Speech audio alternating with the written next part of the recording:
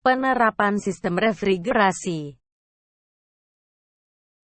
Penerapan refrigerasi pada dasarnya hampir meliputi seluruh aspek kehidupan kita sehari-hari. Saat ini refrigerasi sangat penting artinya dalam bidang produksi, pengolahan dan distribusi makanan.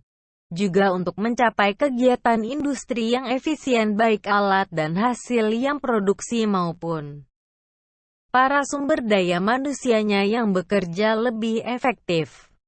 Pada dasarnya, penerapan refrigerasi dibagi dalam 5 kelompok bidang yaitu: refrigerasi domestik memiliki ruang lingkup yang lebih sempit dari yang lain, di mana yang utama akan dipelajari tentang penggunaan lemari es dan freezer di rumah tangga. Tetapi bagaimanapun juga karena unit-unit pelayanannya sangat luas, refrigerasi domestik mewakili suatu bagian dari industri refrigerasi.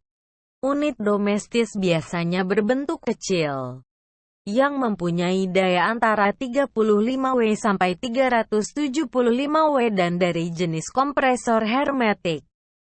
Walaupun pada saat ini sudah mulai dikembangkan dengan menggunakan sistem lain selain kompresi uap.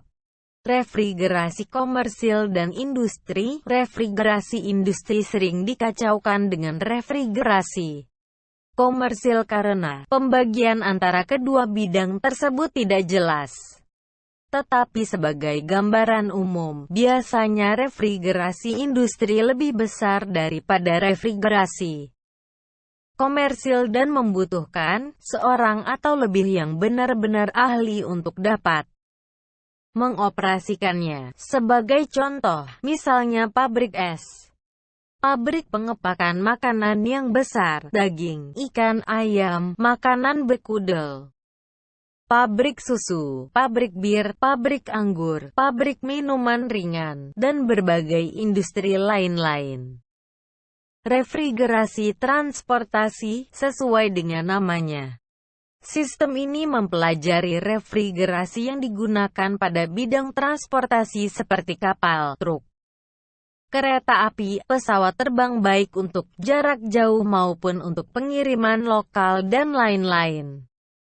Tata udara industri dan tata udara kenyamanan. Tata udara mempelajari tentang pengkondisian udara suatu ruang di mana akan melibatkan pengendalian suhu ruang, kelembaban, pergerakan dan kebersihan udara.